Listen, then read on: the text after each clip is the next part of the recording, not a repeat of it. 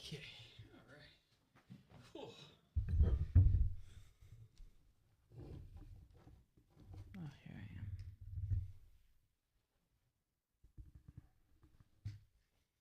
Why not? We've got an Advent wreath, so why not light it? Okay, some of these questions, though, I'm going to be What? honest on. Well, that's fine. Okay. Honesty is a good policy.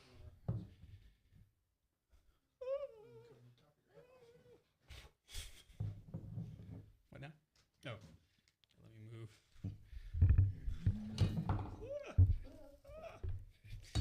Sorry. Laura. Don't burn the cross. Yeah. Okay. All right.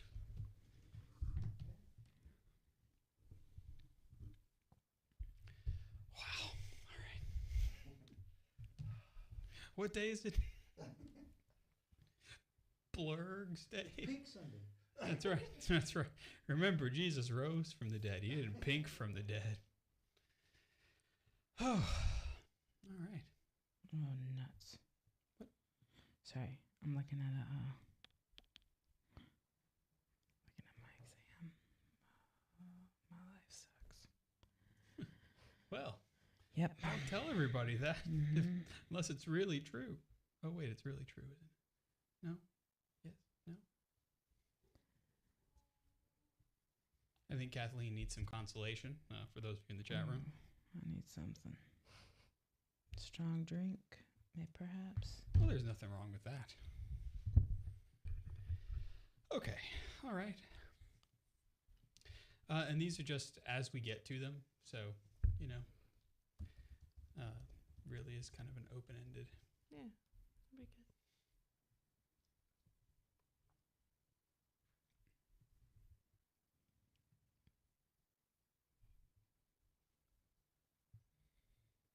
All right. I'm probably going to need a Walmart run tonight just to walk around for funsies. Little de-stressor. Share now. What are my options?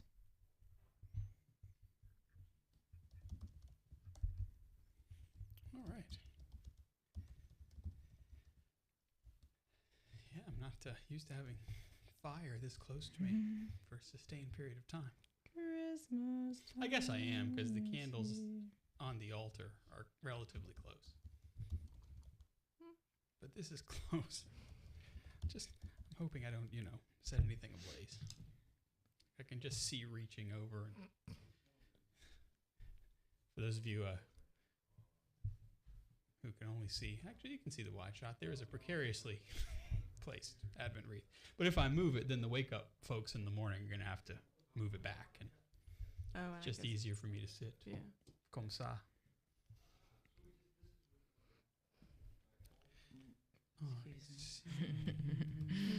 Sorry, I burped. Gave me Sorry. great joy. It's okay. Don't be sorry. Catholic Underground is fine with that. We're all friends here. That's right. Okay, 4:36.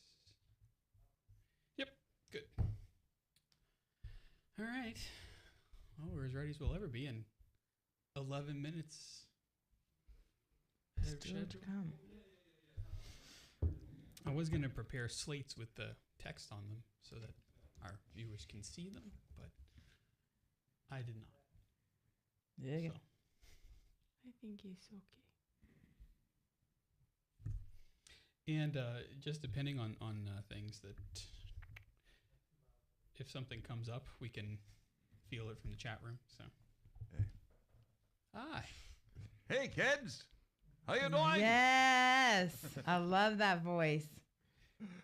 Why, thank you, We're Cap. glad you're back, Jeff. Man, I'm glad I'm here as well. And as they say in the ACTS community, I hope you don't mind, Jeff, because at the top of the show, we're going to love you, and there's nothing you can do about it. I received that, brother father. Mm-hmm. It's a good thing. Yeah. Put your hand on the radio. No, thank you. It's been a long trip. I don't know if you have any quick element that you can jump to, or maybe just use one of the old elements that you might have. We have our question and answer and or monastery down the block. So I don't know what you got that might be. I don't either. Around. Okay, if you don't, it's I cool. don't remember, but Yeah, if you don't, it's cool. let's see. Because we're still kind of kicking the tires with all this. I know. I still got that new car smell, that's for sure. It's true. I walked into the studio and it smelled like there had been some significant disinfection that had taken place. It smelled very fresh in the studio. And it was not unpleasant. Hello to all of you in the chat room. You're watching, of course, the pre-show feed, which we decided just to give you all of the camera angles. Everyone. Yeah. It's all here. Pre-show. So that way you can pick the one that you like and root for it. How many times it comes up during the show. That is pretty neat. Yeah. Mm-hmm. Very neat, as a matter of fact. Yeah. You don't see the big guys doing this. No, you don't. No, usually you have to pay money to see all of those cameras. But we charge you nothing for the benefit of looking at all angles of our head. Truth. And you are welcome. That's right. Yeah. Did I tell you that the bishop called out my bald spot the other day? Oh, No. He did. He said, Father Decker, turn around. Oh, no. I said, yes. He says, look up. I said, oh, no, you see it, don't you? He goes, oh, yeah. Yeah, you got a bit of a tonsure. Like, yeah, I know. Thanks. But I was excited because, we had a moment.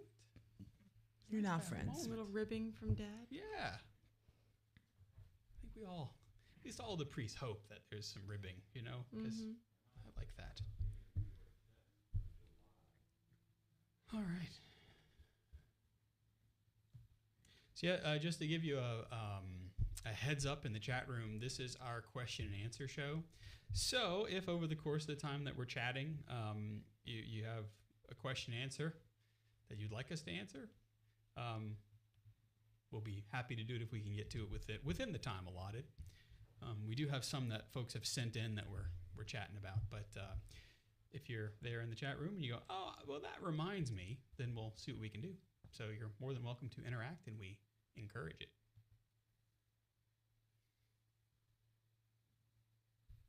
But we're not going to take any phone calls, so don't get... No, we're not going to take any phone calls. Just kidding. You don't know how many people threaten to I'm going to call into your show. I'm like, Yeah. Oh, okay. Please do. You can, call in. okay. We don't. All right. If you can find the phone number, then I'm going to call in and ask a question. It's not okay. it's not all that right. type of show. You can.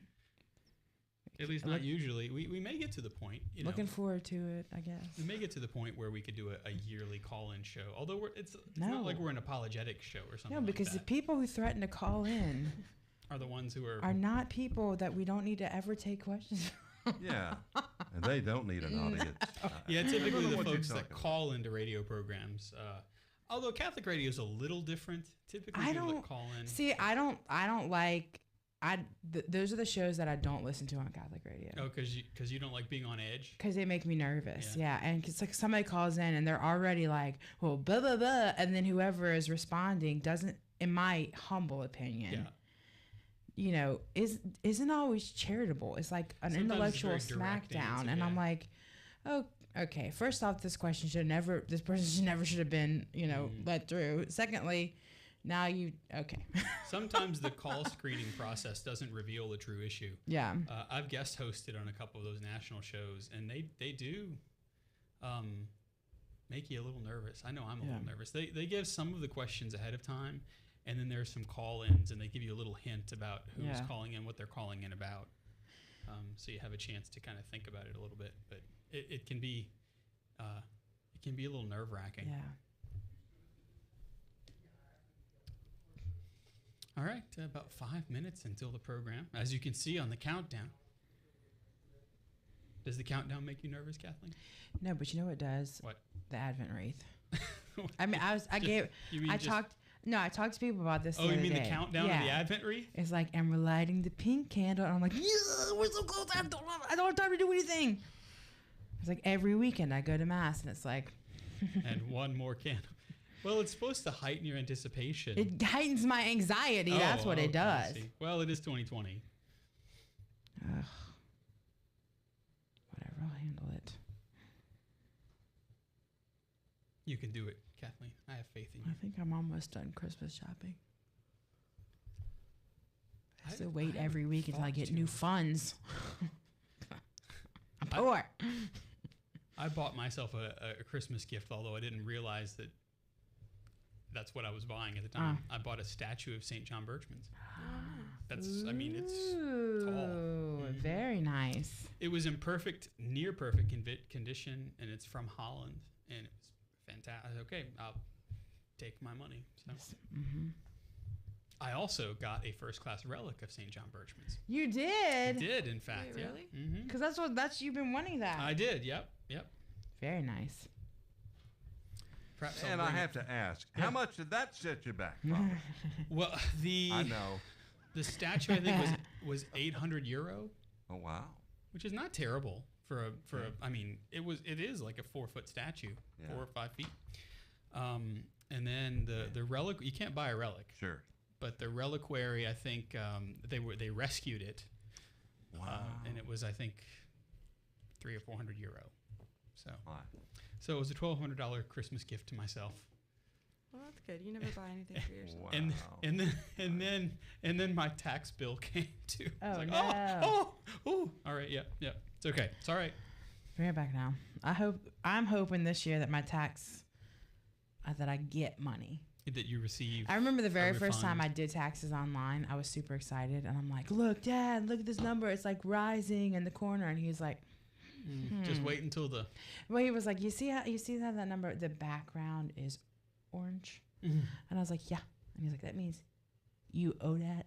I was like, "What?" That's right. Yeah, green is good. There were red tables is- flipped, and there was cries of injustice and and then you forked over the. yelling about Caesar, and my dad was just like, like, how do they expect anybody to make it in this world? All I'll right. render to Caesar. And I was like, yeah, you're gonna have to. Shall we pray? I'm going to pray a little early. In the name of the Father, the Son, and the Holy Spirit. Amen. Almighty God, we give you thanks for, first of all, bringing Jeff to us, for the healing that you have allowed him to experience at your hand. We ask, O Lord, that you would be near to all of those who are suffering in any way, especially those who are in the hospital at this hour, especially those who are struggling with COVID-19. We ask, O Lord, that you would send your Spirit and your healing presence to be with them. We ask, O Lord, also that you would protect our equipment from any deadly attack of the enemy. Give us the words that will build up the kingdom of God, and help us to refrain from those words that do not. We ask, Lord, all of this in the name of Jesus Christ, our King, who comes to us soon. Amen. In the name of the Father, the Son, and the Holy Spirit. Amen. Hope that wasn't too much anxiety for you, Kathleen. No. He is coming soon, this Jesus, Yes, who is he our is. Christ. Alrighty, folks, we got about a minute and a half until the show begins. You know how it works. We'll go to network and then you'll see the fish on your screen that we call Stanley, and then the show will start at the top of the hour. All right. I don't know. We can let it ride for 20 seconds. What do you think? Yeah. I didn't find any music. I'm That's cool. That's all having right. trouble recalling where That's I put okay. it. I was gonna say Okay. yeah. There's no harm, no foul. All right. Because Jeff, you're in the chair, And we're beef people too, so yeah, That's no true. foul necessary. especially on Sunday. Yeah. This Sunday, yeah. I brought steak to Father Ryan, and we didn't get a chance to eat it. We made pizza instead, which is good. All right, we'll see you in about 50 seconds. Each day to do God's will for that day. Keeping that in mind helps me to prioritize my to-do list with more peace. God isn't asking me to get it all done, just to check in with Him on what's most important and to do my best. St. Jane de Chantal has a quote that I've loved for years. She says we should do what we think God is asking us to do in the present moment and leave the thought of all the rest to Him. I'm Erin Franco with the Catholic Mom Minute. Keeping watch with you this Advent until the coming of our Savior at Christmas. WPYR 1380 AM Baton Rouge and WPYR LP 105.9 FM Baton Rouge. This episode, it's our first annual question, answer, and commentary show. The monastery down the block might be very close to you, and a special return. The Catholic Underground starts right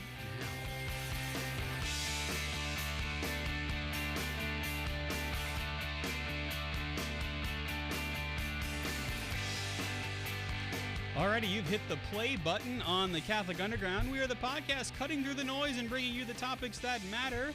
It's episode number 436 for those of you who are keeping score. I'm Father Chris Decker. Joining me, we got Kathleen Lee. Kathleen Lee, you're here. I am. I am. That's right. You're wearing a purple shirt Yes. on this Rose Sunday. Yes. But it's okay. It's all right. Sorry about it.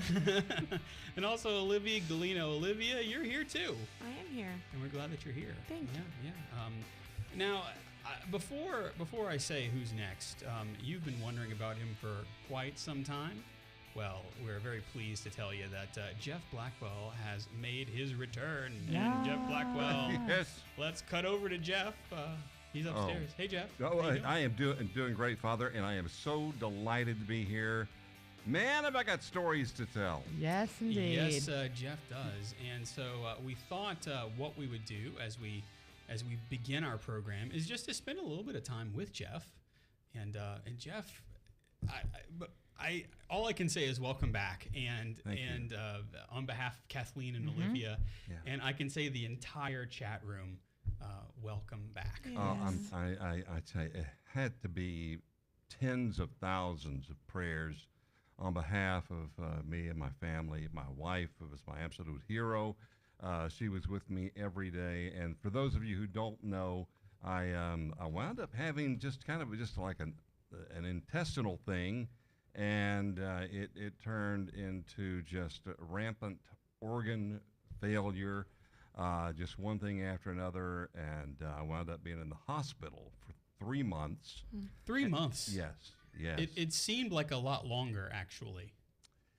Well, and fortunately, I was out of it most of the time. Yeah. But my wife was there every day, and of course, the COVID thing was going on, and so she was limited as to the hours that she could come, and she was the only one that was allowed to visit.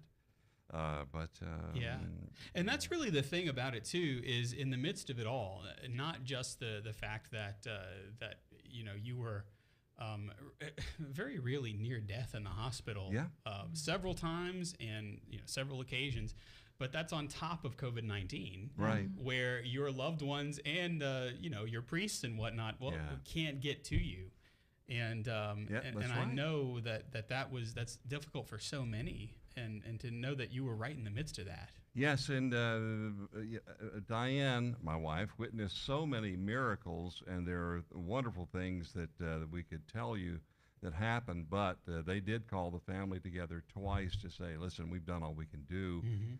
It's up to you. Do you want to let him go? And my son-in-law, Ryan Kozan, he's a little Cajun.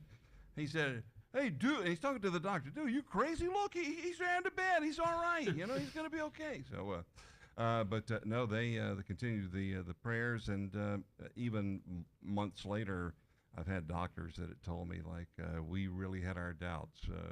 And I bet they had a pool going, too. Well, yeah, that's my question. Have you talked with any of your doctors since then, and are they still flabbergasted? Yes, in fact, one doctor told me that I was so undernourished, and in fact, I wound up losing 70 pounds in about 2 months. Wow. And Not the way you want to lose weight. No. But the reason that it wound up being that way is that I couldn't keep any food in my system. My stomach had started producing vast amounts of bile, and it was going the opposite direction of the way it was supposed to be, and that's what wound up. I aspirated some of that bile, wound up getting pneumonia. Liver had acted quirky. The kidneys were starting to shut down. It was just so many things, and my wife took some pictures where I'm just totally surrounded by machines, bags of IV machines that are keeping me alive, helping me breathe, monitors, what have you, and it's Yeah. it's just a miracle that I'm here. You know what's really something too is that early on, because of you were aspirating the bile and everything. Yeah. They had to perform a tracheotomy, correct? Yes. Yeah.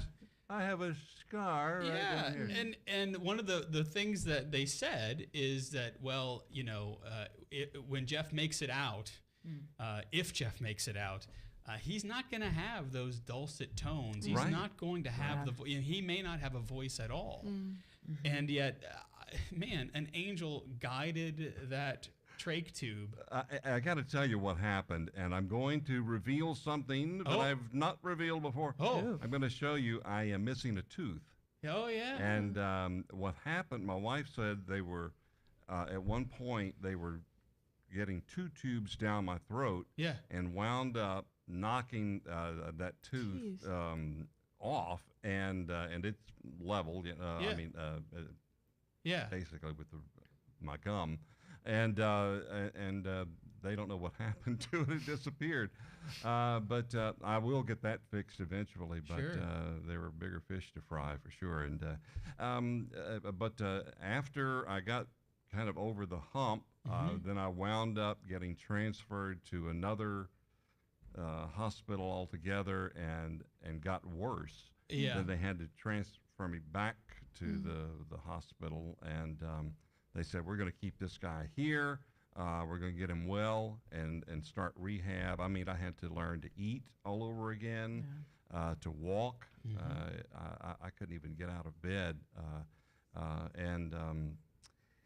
Yeah, it was. I'll give you some pictures to share on the website if you'd like, Father. Yeah, for sure. One of the things that, again, that gets me every time, though, is that you didn't have to learn how to Jeff voice again. Yeah. Well, I mean, because for those of you who don't know, Jeff volunteers for the Catholic Underground, but his voice is his life. Yeah. Because you do voiceover work professionally. And so much of what Jeff does, like his moneymaker, his income, is his voice. And I still am just amazed when I first got to hear you on the phone, thinking, man, my first thought was, thank God Jeff's alive. My second Yes. thought was, Jeff will be able to live. yeah, you know? and I had 2 Yeah. friends of mine who told me that they had relatives that went into the hospital under similar circumstances. Yeah. And when they had to do the trach, or tracheostomy is, I think, the term, and but they wound up damaging their vocal cords, and they wound up losing their voice. Gosh. And I was twice, put on life support, and in fact, initially, when the trach is done, there's a tube, and I learned there's like a cap that goes on it so you can talk, but I just learned to just put my finger over the hole, and so I could talk when I needed to. But there was a long time where I was just whispering. That's all I could do. My goodness. Yeah, I remember I was talking to a friend, Brian Butler, and I was asking, I was updating him and asking him for prayers. And I remember, just talking to him, and I said, I don't know if he'll speak again. And I just remember I got super emotional, and I was like, I don't care. I don't care as long as Jeff comes out of it alive, but I remember just being, that was definitely a thought of mine, was just what a beautiful voice you have, and how characteristic that is of you, and to hear that when we come into the studio, and, usually I come in on a Sunday evening, faced with whatever I have for the next week. And it's just so good to hear my name come out of your mouth, to think that, one, I might not ever hear that again, because you might never speak again, but, then that you might not be with us was very difficult to carry. Yeah, So I'll I'm second that. like, and then when you came the other week, I was like, get out of town. This is the best day of my life. Yeah. So it's good to have you back. It reminds me Thank too of the reading for Officer Readings this morning, how John the Baptist, they're talking about John the Baptist is is the voice, but he is not the word. Mm. Yeah. You know, Yes. he says Yes.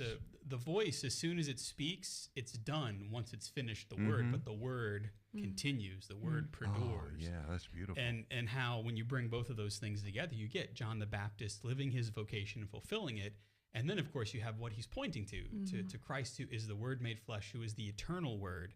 And so, again, Jeff, just to be able to have you utter these words that are just wisps from your voice, well, but so much of what you do is, I mean, has to do with the Word that is Jesus Christ. absolutely, yes. And the one thing that I really learned, and I want to share, you know, with everyone, and if you don't remember anything else, remember this, that Jesus wants you to have eye contact with him and trust him. Yeah. And that was the bottom line. Are you trusting me? I had so many things that happened over the course of these 3 months. And since I got out of one of the things that did occur is I became legally blind because I lost my eyesight for being unconscious for such a long time.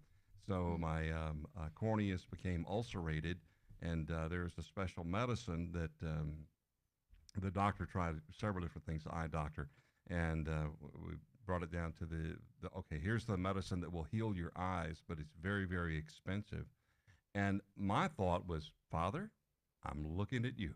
Yeah. And so when all else fails, humans will fail you and sometimes leave you high and dry, but you look at Jesus. You keep your eyes and focus on the Lord and say, Father, I love you and I trust you, and he will bring you through.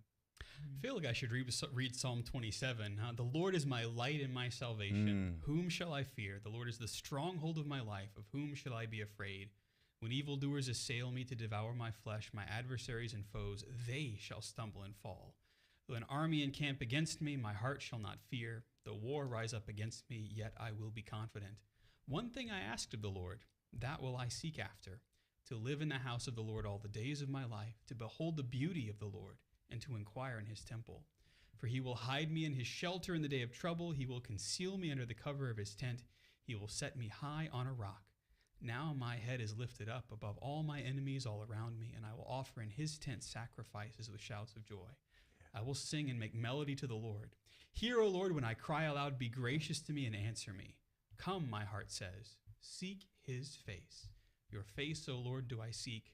Do not hide your face from me. You learned at the school of the Lord, Jeff, Yes. how to seek his face again. And, of course, the way that psalm ends, I believe that I shall see the goodness of the Lord in the land of the living. Man. Wait for the Lord, be strong, and let your heart take courage. Wait for the Lord. Jeff, thanks for waiting for the Lord. Oh, man, I really didn't have much choice, but you could either, You can either seek his face or just yes, look at the ceiling, right? Yeah, that's it. And so that, hope and trust are the two things, the two words that come to mind through this whole ordeal. And yeah, well, I'm and you're in grateful. luck because it's Advent and hope and trust are Yes. those two Yeah. themes. You're You kind of got spat out of the hospital right in time for Advent, So here we are. I love it. So that's just to spend a little bit of time with Jeff. As Thank you you. know, as the new year comes around, we'll spend many, many more months with Jeff, who's an essential member of the CU. I suppose we should also thank Albert DuPont, who's running video actually Yes. tonight. Yep. There he is. And Albert was standing in on the Jeff Star 1 up there. So Yes. so thanks Thank again you, to Albert. Albert for doing Yeah. that. And he's And- still. He's going to give me a ride home tonight, too. Hey, look at that. You don't want me Yeah. driving. That's right. Yeah, eyeballs when you need them, right? Right. That's eyes for hire. There you go, Albert. If I you need love an it. LLC, So, in addition to visiting with Jeff, this is what we thought we would call our first annual questions, answers, and comments show. Yep. Yeah, questions, answers, and comments. And so over the course of the year, a number of you have sent in your questions, and we will hopefully provide some answers and some commentary on the side. Sure. And it's open ended. The questions are so whatever you want to ask the CU, we're happy to chime in because we obviously have thoughts about things. And so, maybe it's something about what the church teaches on something. Maybe it's something about one of us. And so we thought from this year forward, we'd go ahead and maybe towards the end of the year do a question and answer show. So be looking on the lookout for 2021 for questions and answers. And if we don't have a chance to get to it on Backchat, then we'll have an opportunity to do that. Yeah. And so, all right. So we'll just dive in, shall we? Cool. Our first question comes from Backchat. And it goes to Olivia, but it's really kind of for both of you too, because one of the things that you two talk about a good bit is your time in the classroom. Mm-hmm. Oh yeah. And so the question is this: you both have degrees in theology. You're both teachers who are teaching students at a primary or secondary level. Do you find having all the advanced knowledge helps you or hinders you as you try to teach the 101, the basic stuff? Because Kathleen, you teach what grade? 6th and 8th. 6th and 8th grade, and Olivia, you teach? I teach 9th and 12th. Okay, so Olivia, what do you think? Does the advanced knowledge help you or does it hinder you trying to teach the basics?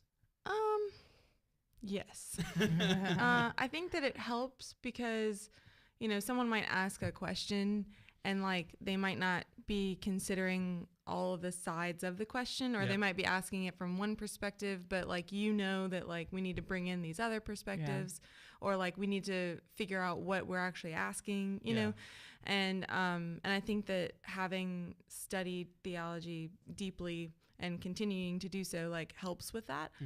But at the same time, it's hard in the moment to like, let's say you get a question on the fly, like I can prepare all I want, but then someone might raise their hand and ask a really insightful question. And I'm like, Yeah. And I have to pretty much like kind of on the spot. I mean, I obviously can and do say like sometimes, well, let me think about that because I need to mull that over, or I need to look something up, or, but sometimes just on the spot, I'm like cycling through like, well, I could say this like from the church fathers, or this is Thomas Aquinas. But then sometimes I'm talking to someone who's 14 years old and I'm like, all right, let's pare it down. And that is hard to do in the span of like 7 seconds. Yeah. So it's hard sometimes to figure out like when you're saying too much and when you're saying too little. Not trying to dumb it down, but also trying to like not provide too much of a challenge. So it's, I don't know, it's a tenuous balance. Yeah.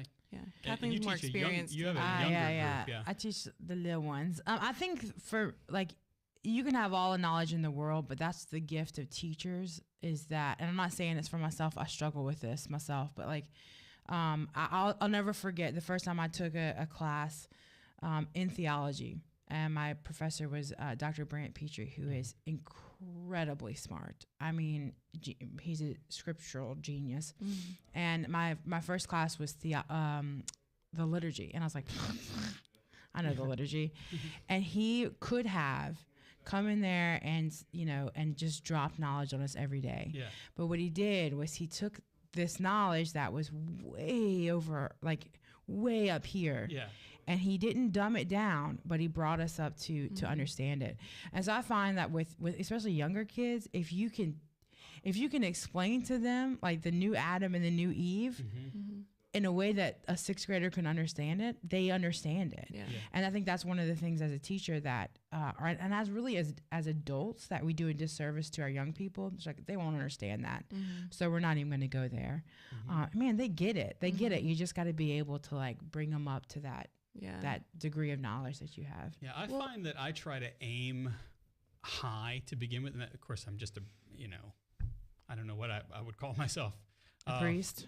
Well, I'm a geek first, so like all the little intricacies of the covenantal theology, liturgy, and all these things, they all kind of fling around my head like a pinball all the time. So I try to start high, and sometimes I wonder if that's actually working. But for the most part, they go, Yeah. I think people are ready to rise to a challenge. I think sometimes it's hard because, I'm like discovering this is like a difficulty, like because theology it's obviously like the study of God, but it's an academic discipline, right? Yeah.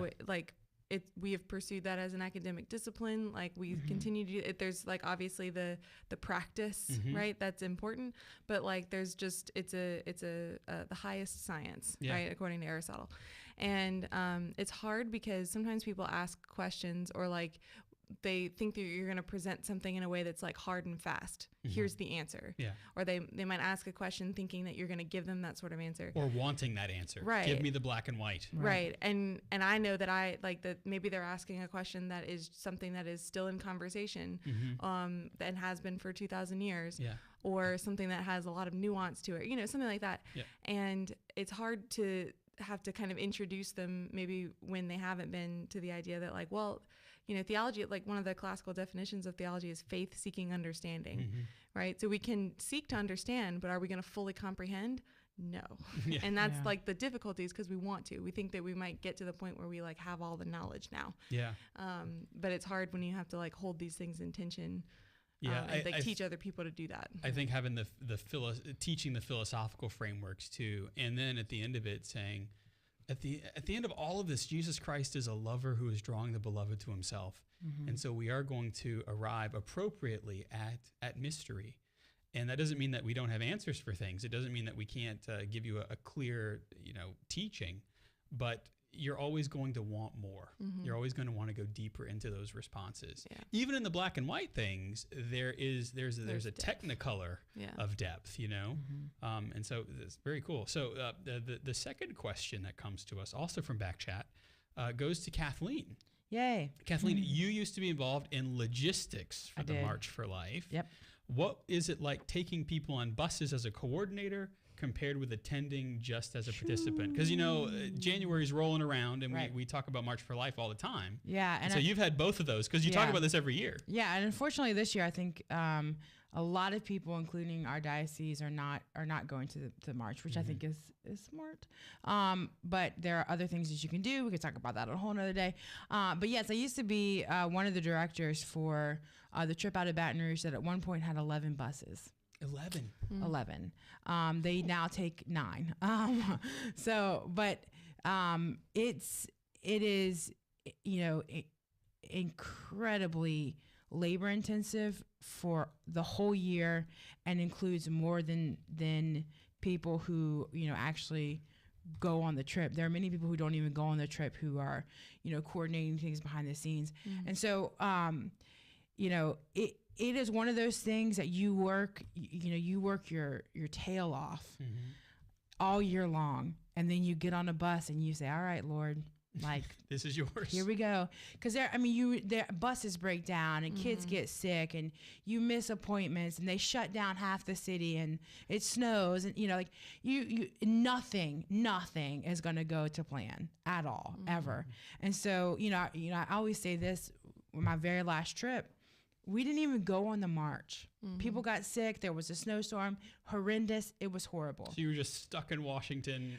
Well, we got back on the bus and came home. Oh, that's right. On Thursday, and the march was scheduled for Friday. There was a snowstorm coming in, and then probably 50 people got violently ill the night before we left. It was your own private pandemic. It was horrible. It was horrendous. And I remember getting on the bus and pouting because I was like, I got in the bus and I'm not a crier. I cried. I wrapped myself in a blanket and I cried. And I was like, these kids, like, no one's coming on this trip next year. They're gonna hate it. We didn't even go on the march. And the kids got up one by one and started to talk about how God had moved in their life that week. Of their own volition. They did this. Well, we do like sharing at the end, and I was like, all right, who wants to share? And they were like, me. And they just, and it was like the Lord going, hey, dum-dum, right? Right. Like, how many times have you been on this trip? And I was like, 8, okay, fine. Yeah, that's right. This is the March for Life. Right? And it's very different than going, as just a participant, because you think that the whole thing as a participant just happens. Runs like a dream, and then when you become in charge, you're like, I never see another spreadsheet again. Yeah, how are we gonna feed 450 people, and we're gonna have to get Taco Bell in the middle of the night, and move this all around, and there's so many moving parts, but so I like it better being behind the scenes. I like being seeing how it all works. Yeah. But yeah, it's a totally different ball game when that veil is lifted. Because I've only ever been a participant. Yeah. Yeah, because I think it was in maybe 2002 or 2003, the seminarians were asked to go down to take an hour of Eucharistic adoration while the march was happening. And as kind of an aside, we were able to march on the day of the march if we wanted to, if we didn't have the holy hour. Right. And so I've only ever been as a participant in just all the different things. It's amazing that it's in a complete blind spot from the media. Yeah. Yeah. Because, shocks me every because year. there is so much that happens that Yeah. is in the public eye that is logistically very complicated. Yeah. And as you say, you almost feel like, well, there's nothing to this. You just Right. get out and walk. No, there's a lot. Well, and people are there. Like people are there all week. You're walking around DC, and you know for sure you pass another group, and you're like, that's a pro-life group, you know. And there are things going on throughout the city, rallies being held, and you know, people praying outside the abortion clinic and the Capitol. Like you cannot. You have to You intentionally actually have to turn the cameras Yeah. off. You have to intentionally miss it, and that's repeatedly what the national media has done. And every year, like I kind of gotten a little numb to it. I'm like, yeah, not surprised. But every year there are people who go on the march and they're like outraged. Yep. Are you kidding me? And I'm like, I know, dude. There's millions of people out here, and Yep. You know what I think is going to happen this year? Prediction is it will be covered this year because the numbers will predictably not be as high, Yeah. or so they say. I Yeah. bet it's going to get coverage, and they're going to say fewer people are out this year. Or it's going to get coverage that people, how dare people actually, go out. Like Oh, right, assemble yeah. and, All right. Yep, very, very interesting. Yeah. I can't wait to be able to get back out Yeah. and to do things like that, because part of who we are as Christians is standing up for Christian values, and that's part of what religious liberty is all about. It's also part of standing up for the things that matter. Yeah. So yeah, very cool. I found it interesting that this is a question, but people do wonder about Yeah. that, because I know that folks often wonder, should I take a group, and is there a lot that's involved in taking a Oh, group? look, And if you ever want or think about that, and you want to talk, yes, do it. And two, I will help you, because it is that important to get kids to stand up, for life on a national stage. It can be an incredible experience. So please let me help you if you've ever, like, big or small, 10 people, 300 people, let me know. Kathleen's heart is very large Yeah. for this sort of thing. That's good. So that's good. That's nice to know. Kathleen Lee is always standing up for life. We hope that you'll sit down for a bit, because we're the Catholic Underground, and we'll be right back after this message.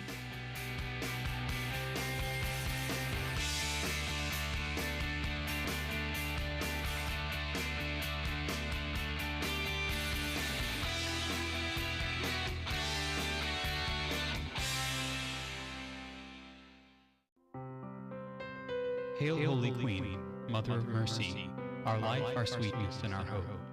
To thee do we cry, poor banished children of Eve. To thee do we send up our sighs, mourning and weeping in this valley of tears. Turn then, most gracious Advocate, thine eyes of mercy towards us, and after this our exile, show unto us the blessed fruit of thy womb, Jesus. O clement, O loving, O sweet Virgin Mary.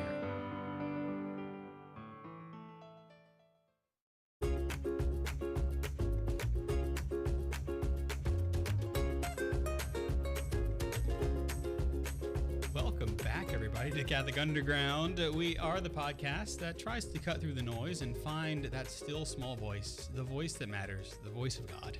Yep. I'm Father Chris Decker, joined by Kathleen Lee, by Olivia Galino. Up on the Jeff Star 1, we've got Jeff Blackwell back with us. Hey, Jeff. Woot! We'll It's, take a- Kathleen Massey. We'll take a moment just to linger with Jeff for just a second, because it's Oh, come on. so good to have you back, Jeff. Oh, it is, man. It's a blessing to be here.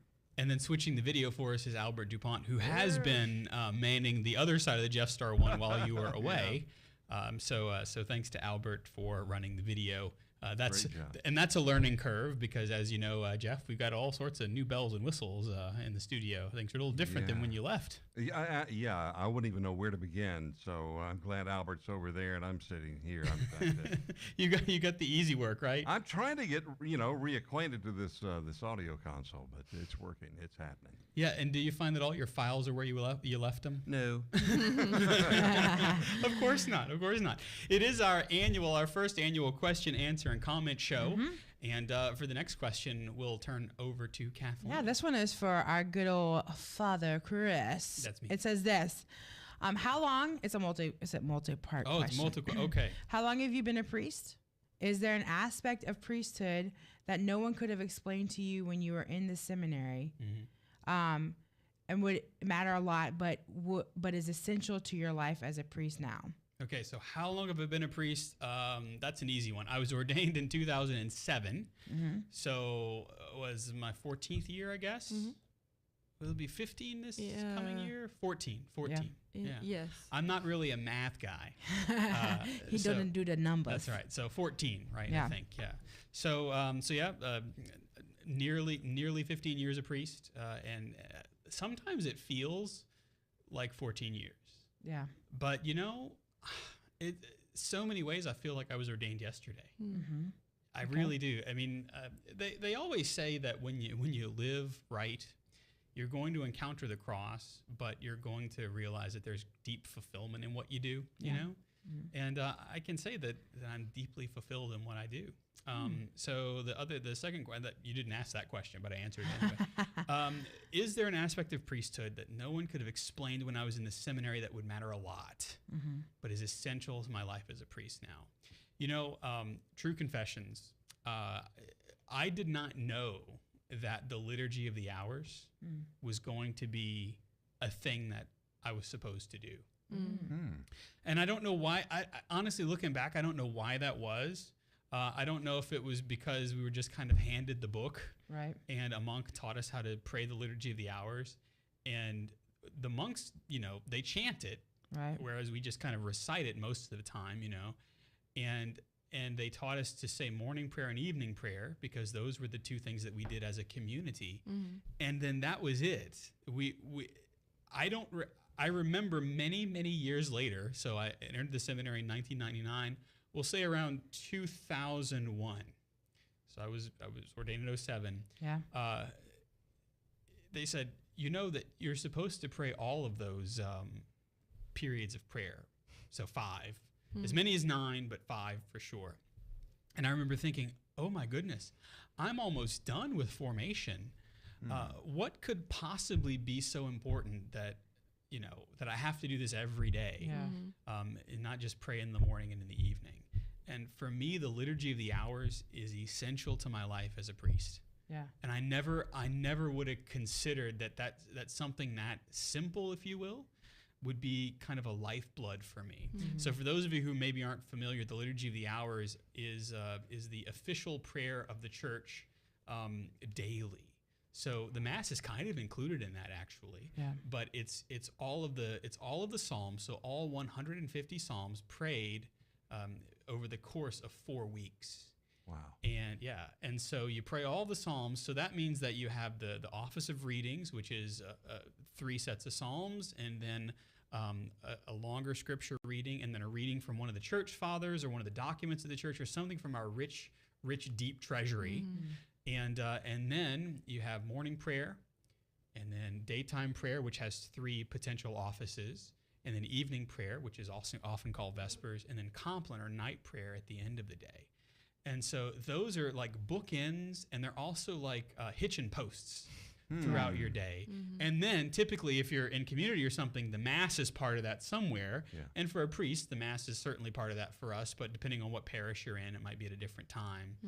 Monastic schedules usually have either Mass in the evening before Vespers or in the middle of the day, sometimes very early in the morning in between the office of readings called Matins and Lauds, which would be the morning prayer. So all these things kind of fit together. And because, as a seminarian, I'm thinking like, oh, well, Mass is going to be important, obviously. And then my own private prayer is going to be important, obviously. But what's like the bellows, right? The that gets all that stuff going. It's the liturgy of the hours. Wow. It's praying 150 Psalms over the course of 4 weeks. And then you pray sometimes the same Psalms over and over again within the course of 1 week. If you have a lot of feasts or solemnities, you pray the same Psalms. So what it has become for me is this very natural breath to my day and to my week. And so throughout the course of the week, and you guys hear me and probably make fun of me. It's okay. It's all right. I'll say things that are Psalms, or I'll say things that are antiphons, for the Psalms, because that has become part of my vocabulary, my prayer vocabulary, but also part of my lived vocabulary. Oh yeah. And so the Oh, Liturgy of the Hours is my answer. There's no making fun. It's actually very nice. Like when I can recognize like that what you're saying is like from the Psalms. Like it's I don't know. There's something really special about like having a priest. Like, and you know, we're good friends, but like having a priest who's like, I don't know, being the voice of the church in that moment. Like even if you're like recalling something that was just important, like for whatever's going on in your own life, like to know that like you're, I don't know, it's like a calling back even for us. So Yeah. This is a lot of those Keep who it up. trust in themselves. Their plans that day shall come to nothing. I mean, if I'm having a particularly good day, I'll remember that. If I'm having a particularly bad day, I'll remember it, you know, which is also one of my favorite phrases from the Liturgy of the Hours, and that's the Valley of Succoth. We can say it. It's okay. You could say that, right? Because, the Valley of Succoth. I'm curious, Yeah. how much time do you spend staring into the closet wondering which collar you're going to wear for the day? I do have some options. Actually, today I'm wearing my short form cassock. So whenever I was a brand new priest. So this would have been 2008, and a sacristan at one of the parishes where I served said, "Father, you know, I used to be a Jesuit forever ago. I was a Jesuit novice, and I left formation, and I still have my Jesuit cassock, and I'm never going to wear it ever again. So would you like it?" And I said, "Well, sure." Huh. So this, I don't know if you this I don't think we have a camera shot for the whole, but this it snaps together and it's held together with my fascia here. Yeah. So I don't have to button anything up. It just I So snap and short unsnap. form Not all because it doesn't 33 take, buttons. Yes. Yeah. Okay. And so it's a Jesuit novice's cassock. But whenever, like today I was on the road, I was traveling and I had a vacation day today. So I went up and visited a priest friend of mine, Father Ryan, and celebrated Mass at his parish. So I didn't have to bring the whole get up. So I brought the short cut cassock, if you will. And I will tell you, I am wearing my athletic pants underneath. Nice. Because you can whenever, you wear a Yeah. cassock, Yeah.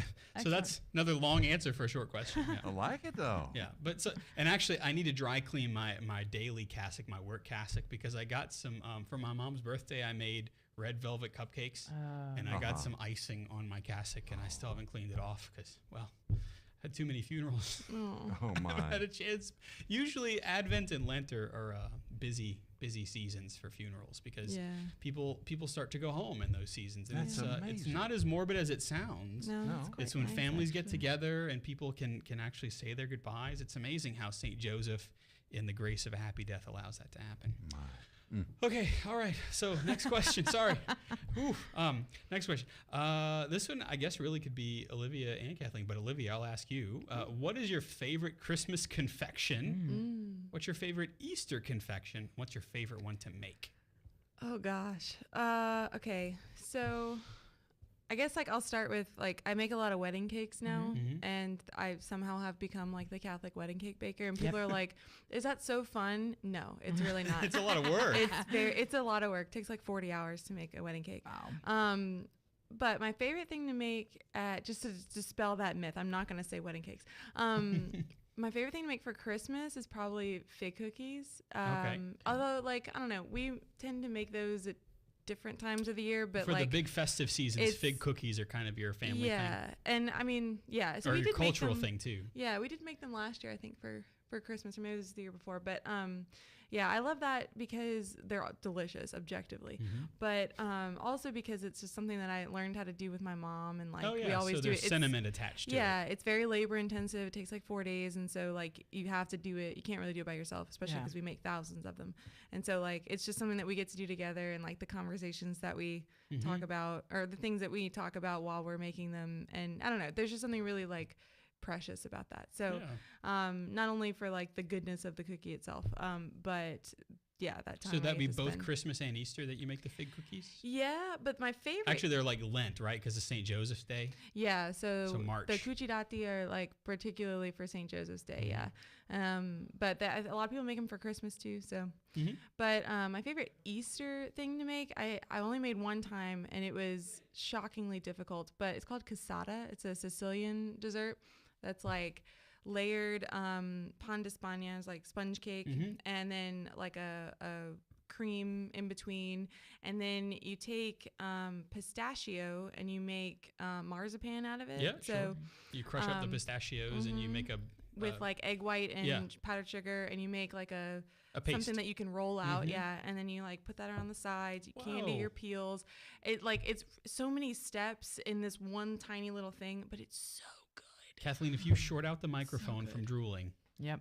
So Sorry. Again. My bad. I really want to make it this year because I made it, I don't even know, like 3 years ago. It was probably one of the ugliest things I've ever made, but it was so Who good. cares? That's why I always like watch the baking shows and like, this is hideous. I'm like, taste it because you're gonna love it. And they're like, oh my gosh, but it tastes so awesome. I'm like, What did I do? Yeah. what does it matter? Because once it hits your mouth, it doesn't matter what it looks like. You know, the show notes are going to be thin for this episode, so maybe we could put a link to if there's a recipe or something for I'd that. be happy to. And yeah, my favorite thing to make, like just any time of the year, would probably be these Viennese rolls from what's it called? The Book of Bread, I think, by Eric Kaiser. Oh, I know that book. Yeah, and it's these Viennese rolls. They're like sweet rolls. Oh, but they're so fun to make. But yeah, I'll try to put some recipes in the show notes. Kathleen, do you have a favorite Christmas thing to make? My mom makes, this year I'm going to learn how to make them pralines. Oh, that's a labor of love too, because And you got to look, get it just the right time. It's got to be the right weather. You got to get just the right, you only have a short amount of time to make it once you've mixed it and it starts to cool. And like, I am a praline snob. First off, it's not praline. Don't ever say that ever. Don't ever say that. And secondly, like there's a lot of places in Louisiana. They're like, oh, we make the best pralines. No, you don't. There's only 2 places that make the best pralines. Southern Candy Makers in by the French Quarter in New Orleans, and my mother. And my mother makes them better than Southern Candy Makers. Shout out, just saying. Yes, so there it is. You could have some competition in the Baton Rouge market for confections. I see. When it comes to candy, I'm not giving those away. I'm just saying. I'm just like, she's eating them. When it comes to candies and stuff like pralines, I'm like, take it. Yeah. Don't That's not your. go. Yeah, go with God. Yep, Not my thing. It's that you want to talk about difficult work. I've made pralines once, and it is. I made them once. My mom rocks it. It takes all kinds of flowers And to I be a don't garden. think that exactly. I don't think my skillets were the same. And she does the same thing. She's like, oh, these don't look good. And I'm like, I'll have them. I don't care because they taste just the same. So there it is. Okay, it looks like we have maybe time for 1, maybe 2 more. Okay. I'll skip down a little bit here. Okay. There are some that argue that the single life is not a proper vocation. As you both prepare for marriage, and Father Chris is a priest, what are your thoughts on whether or not the single life is just a way station towards another vocation, or is it valid on its own? Because both of you were in the single state of life for a long time. I could talk on 6 different shows on this one thing. First off, can we? Okay. Go ahead. Now, while I think that the single life is not like a proper vocation in and of itself, it is not always like people who are single are not in like the limbo zone. Y'all, I'm 34 years old, and I'm gonna put that out there. If I were waiting on my vocation, which I was very sure when I was single that I was not called to a religious life. I sought it out. I prayed about it. I went to see, and it was very clear that that's not what the Lord wanted me. But if I would have waited to live my life as what I was called to be and do until somebody put a ring on my finger, like we look at it as like, I think a lot of times as a single person, like people who were married, like looked on me with like pity sometimes. And I was like, look, my friends, like I'm not waiting for something.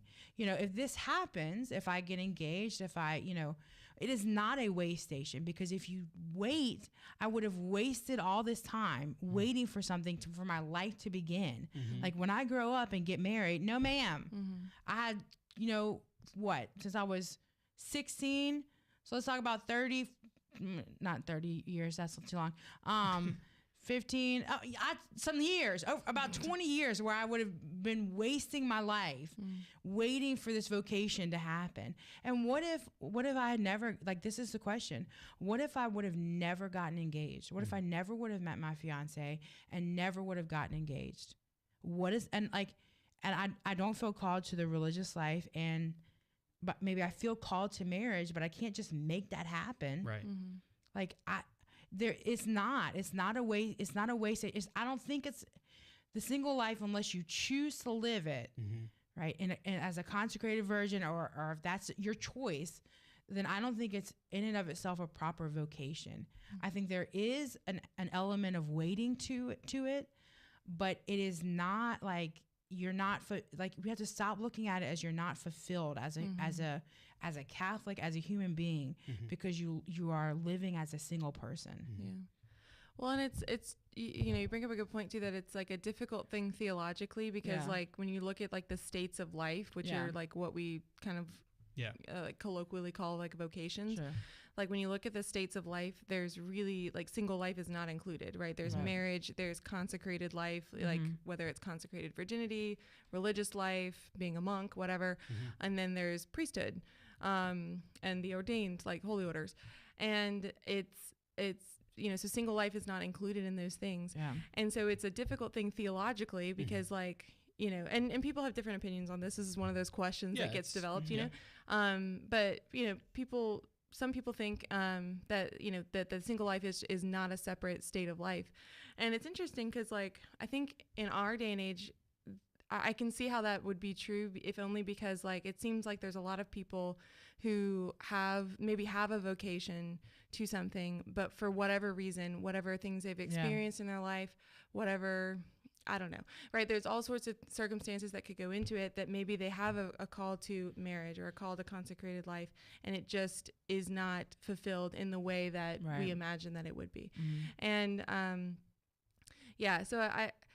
but I agree with Kathleen too, that like I think we make too much of an idol out of like states of life vocations, especially like young women. We have our and not just exclusively, but I think that we put so much stock in it that we believe that like, well, without it I am less. Without it I am without. I am somehow like in this, everyone else has a box and I'm out here just like adrift. I'm like one of the outsiders, and that somehow makes me less than what I should be. And I think that we have to remember, like what St. Therese said, like your primary vocation is to love. And you can do that. You can be leaven for the world. That's what Lumen Gentium says the laity are supposed to be. You can be leaven for the world, and you should be. Like that's literally why you're put here, and you do that through love. And that's something that happens obviously in the states of life vocations, but it's not exclusive to that. And I think that's the distinction there that's important. I know many men and women who are in their 40s or 50s who have not married, but it's not because something is wrong.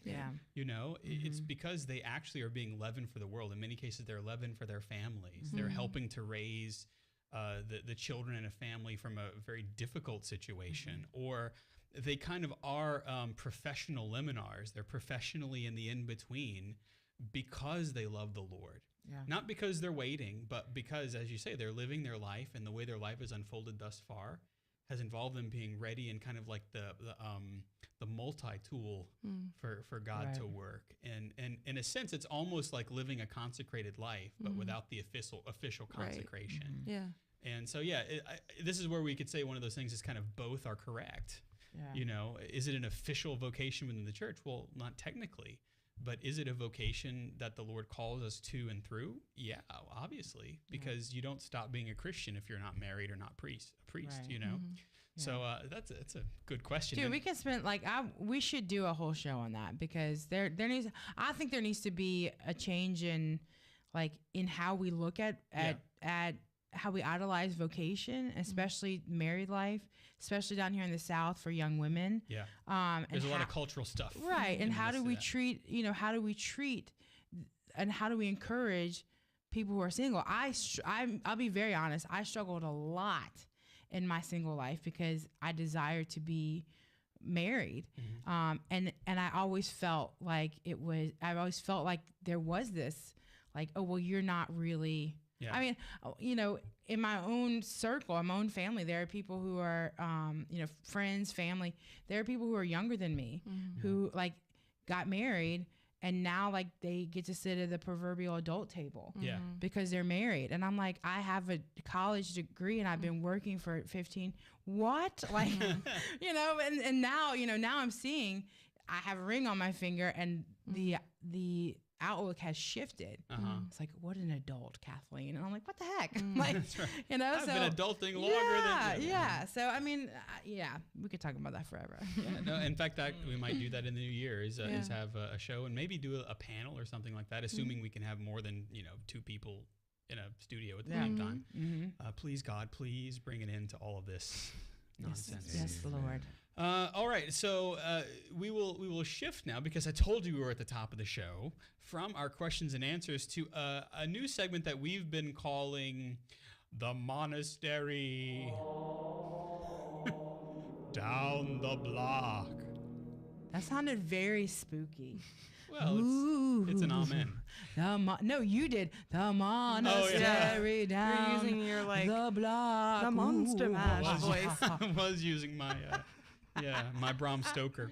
All right, okay, all right. So for the Monastery Down the Block, this is actually one that I've been to, and it is close. If you're in the southern United States, it's close to Louisiana. It's drivable, and that is St. Bernard Abbey in Cullman, Alabama. Oh, I've heard Nice. of this one. Yeah. So in the 1840s, monks from Metten Abbey in Germany founded the German abbey was founded in the year 700 or around then. They came to America in the 1840s to plant Benedictine monastic life in the United States. Excellent. And so they ended up at St. Vincent Arch Abbey in Latrobe, Pennsylvania, and then from there in the 1870s, the monks from St. Vincent came to Alabama, and they served most especially the German Catholics at the time. But in 1891, those monks established the abbey, St. Bernard, in Cullman, and then a school was open, as Benedictines typically do. Wherever they land, a school blossoms. And so a lot of different things happened on St. Bernard Abbey's campus in Cullman. From 1892 to 1979, the monks operated a high school, a junior college, a 4-year college, and a seminary college. And then in 1984, most recently, they opened St. Bernard Prep.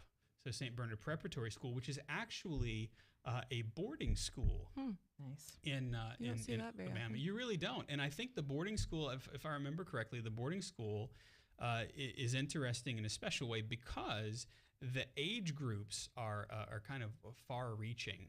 Let's see if I can remember what they are. I think it's like 7th grade to 12th grade. Wow. Okay. So it's, you know, I mean, if you think about it, the kids that you teach are kind of all over the map Yeah. developmentally and that sort of Yeah, thing. for sure. And so it's really interesting that that part of the outreach, part of the apostolate for the monks is St. Bernard Prep, which is this school where they teach young people. And oftentimes a person will go to a prep school because they're they need that kind of social situation, or they need that kind of structure. In fact, that's one of the things that the prep school talks about is that, they're responsible for washing their clothes and getting up in the morning and getting to class and getting to sports and everything. Yeah. And so they kind of almost live a monastic life, if you will, there on campus. But you know what's that's such like I've seen that happen. I have a friend of mine from elementary school who went to a school like that, and he needed that in his life. And I remember seeing him and his mom in the video store. This is how long ago it was. Oh. And I mean, his mom was so, like, tell her what and he was telling me about just his life. And I was like, what the heck? Like, this is awesome. And so, I think those schools are phenomenal. Yeah. Especially for young people who have no structure, and don't handle that well. Or they're in a strange or difficult family situation where they need some of the structure that a family. I heard the phrase for the first time today: a found family can provide. Oh, yeah. I like the that. notion that you have a family that kind of comes around you, like the Avengers, one that you weren't born into, but you get accepted into. And that's really the benefit of living a community life, I find. And so the monks, that's one of the things that they do is they operate this. But what's really cool, and Kathleen, I think you would really enjoy this, the crafter inside of you. Ah, yes. In 1934, a brother Joseph, who's a monk there, began an Ave Maria grotto. Very cool. And this is a garden walkthrough of miniature replicas of famous Old Testament and Christian buildings.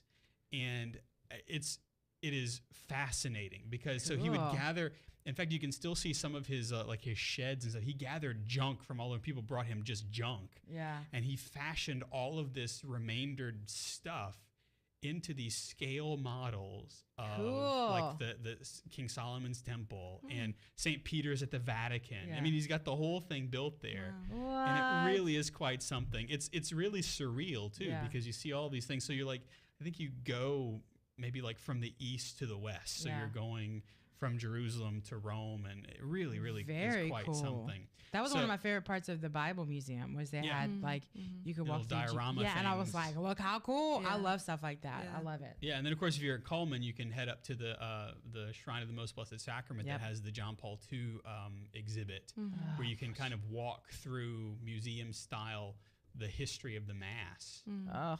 And yeah, I haven't have seen. you haven't been there yet? I've been there a million times. Every time I go, it's closed. I'm like, come on now. So the monks also at St. Bernard Abbey in Coleman, they also operate a retreat and conference center, and I've stayed there once. It's a very nice facility, and so you can do retreats there. The monks' life, a typical day, they begin, as we talked about a little bit earlier, with the first office of the day before the sun rises, matins, and then they pray. I'm sorry, yeah, is that right? Yeah, and then they pray the lauds right after that, which is morning prayer. By this time, the sun is up, and so then they have a little bit of private prayer after lauds for breakfast. Then they go to mass, and then they don't go to mass. They go to their jobs, right? So some teach, some work on the grounds, some work in the different little apostolates that the monks have. At noon, they stop in the church and pray midday prayer. Then they have lunch, and they don't talk during lunch, during any of the meals, because they're monks. Yep. And so only on feast days do they talk. Then they'll have Mass at 4. Then they have private prayer, or in the Blessed Sacrament Chapel, they have adoration. Then they go to Vespers evening prayer. They go to supper in the refectory. And then there's table reading at the refectory. And then at night, they go to Compline, which is the last hour of the day at 7 p.m. And then they enter the grand silence. And as they enter into the grand silence, the abbot splashes them with holy water as they end their day. Yes, So that's the indeed. monastic hours. And so if you're ever in Coleman, Alabama, or around that area, we'll put a link in the show notes. You can visit the Benedictines, and they also have an oblate program. So if you find yourself desiring to live the Benedictine life, there you go. Very cool. That's the monastery down the block. Jeff, we are always grateful for everybody who listens to us. And I know you probably don't have the script in front of No, you, but that's I I'm figured. supposed to read here, but I yes, figured you'd want to say that we're grateful for them, right? very grateful for your prayers, for your financial support. Thank you so much for supporting the Catholic Underground. That's right. You can become an official Undergrounder by going to CatholicUnderground.com/donate. And you can also help us out by letting others know that we exist. Yep. So if you don't mind, like us, heart us, and star us on your platform of choice. And leave a review if your podcasting service allows you to do so. That would be lovely. Our panelists this week have been Kathleen Lee. Thank you, Kathleen. Anytime. Also, Olivia Galino joins us. Thank you, Olivia, for joining us. Yeah. And then Jeff Blackwell is our technical director. He's back in the saddle on the Jeff Star One. Thanks, Jeff. Great to be here, Father. It's a privilege. Alrighty, we also had Albert Dupont running the video for us. Ed is on assignment. Jim Hayes is our research assistant with his crew in the lab. And you know me, I'm Father Chris Decker. Follow me on Digital Catholic on Twitter and Instagram. You've been listening to the Catholic Underground, and we are Faith Gone Digital. We'll see you next time.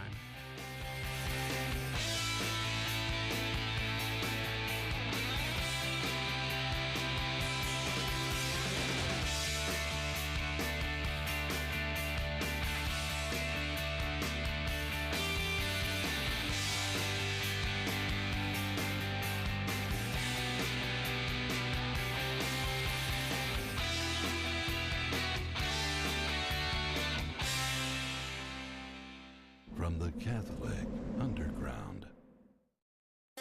If you are looking for that special and unique Christmas gift, stop by the Shepherd Staff Gift Shop at